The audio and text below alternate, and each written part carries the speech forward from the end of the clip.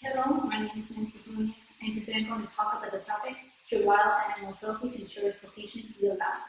During this time, in which we have to stay in our homes in order to stay safe, haven't you feel anxious, desperate, depressed, or even stressed? Well, these are four feelings that animals in captivity are constantly facing. People make it seem like it is a normal thing to do. Celebrities normalize it, but they don't realize that by going to these kind of places, they are supporting the wild trade of animals in torture.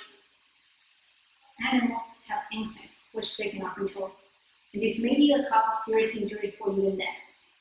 In some cases, because they are considered dangerous or impulsive, animals are dropped, and large amounts of this drop.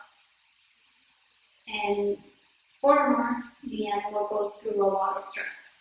People are coming in and out, and that overwhelms the animal. And in some cases, the animal passes from one person to another as if it was an object. Adding all these factors up, the animal is psychologically unstable and can develop eating disorders. As a result, the animal acts even more impulsive and more dangerous than they would normally be. As I said earlier, by going to these kind of places, people are supporting the wild trade of animals.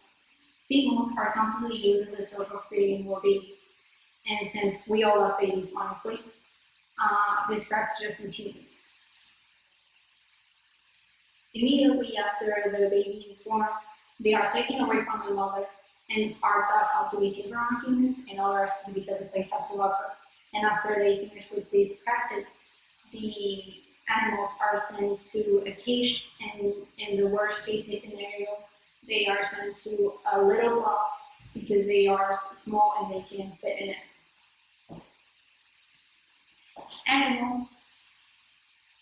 Some animals are endangered as centuries, and because of that, places go as sanctuaries to convince people that they are supporting a good cause. They even hire real volunteers to make this experience more realistic. But in reality, they are continue practicing the animal tourism, and they also, when the animal is no longer useful, they sell them to a hunter place. Now, how can I tell if it is a real sanctuary or not? Well, first of all, a real sanctuary has people that are really passionate about what they do. Second, they survive out of donations. Normally, they won't charge for the entrance, and if they do, they will help to the conservation of that animal. Third of all, is that they try to replicate the real habitat as much as they can, so the animal is comfortable in there. Now, there exists two types of selfies: a good type of selfie and a bad type of selfie. A bad type of selfie is all of what I already said, and that's involved interaction with the animal in a closer personal experience. A good type of selfie is in which you will have a certain distance, a safe distance with the animal. You are in the real habitat or in sanctuary that allows to protect the animal.